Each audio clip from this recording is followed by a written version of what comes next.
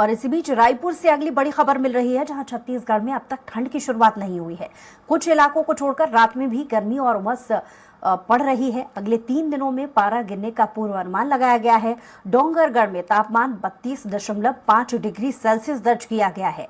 रायपुर का अधिकतम तापमान 31 डिग्री सेल्सियस दर्ज किया गया है।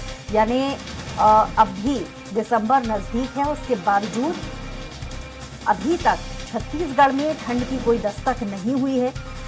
दिन तो दिन रात में भी तापमान जो है बना हुआ है, जिसकी चलते उमस और गर्मी लोगों को अब भी झेलनी पड़ रही है।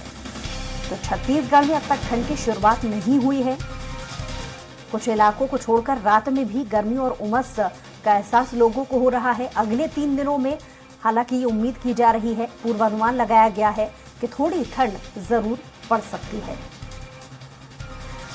ज्यादा जानकारी के साथ फिर एक बार हमारे साथ हेमंत जुड़ गए हैं। जी हेमंत, लगातार गर्मी का जो असर है वो छत्तीसगढ़ में बना हुआ है, ठंड ने अब तक दस्तक नहीं दी है। मौसम विभाग का क्या कहना है?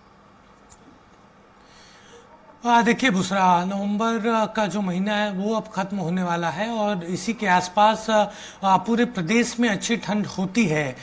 लेकिन इस बार उस तरीके से ठंड नहीं पड़ रही है जिसका अनुमान मौसम विभाग ने भी जताया था। फिलहाल ठंड जैसे हालात नहीं बने हैं। कुछ इलाकों को छोड़ दिया जाए, अंबिकापुर के कुछ इलाकों को छोड़ दिया जाए तो उस तरीके से ठंड फिलहाल प्रदेश में पड़ती दिखाई नहीं दे रही है।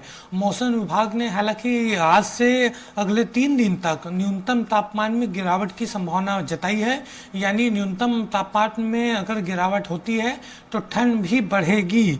और जो 2-3 दिनों से जो चीज़ें निकलकर सामने आ रही, खासतौर पर जो अंबिकापुर का और जो जसपुर इलाके का पंडरा पाठ है, वहाँ पर ठंड जैसे हालात हैं, वहाँ पर हर बार की स्थिति उसी तरीके से रहती है।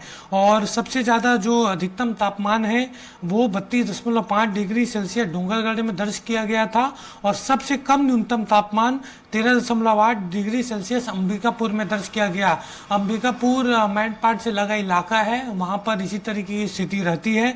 इसके साथ साथ मौसम विभाग ने अनुमान जताया है कि रायपुर का जो अधिकतम तापमान है वो 31 डिग्री सेल्सियस और जो न्यूनतम तापमान है वो 19 डिग्री सेल्सियस के आसपास रहेगा। तो संभावना है कि 2-3 दिनों के बाद अच्छी ठंड पूरे प्रदेश में देखने को मिल सकती है। चलिए हेमंत, बहुत शुक्रिया तमाम जानकारी के लिए।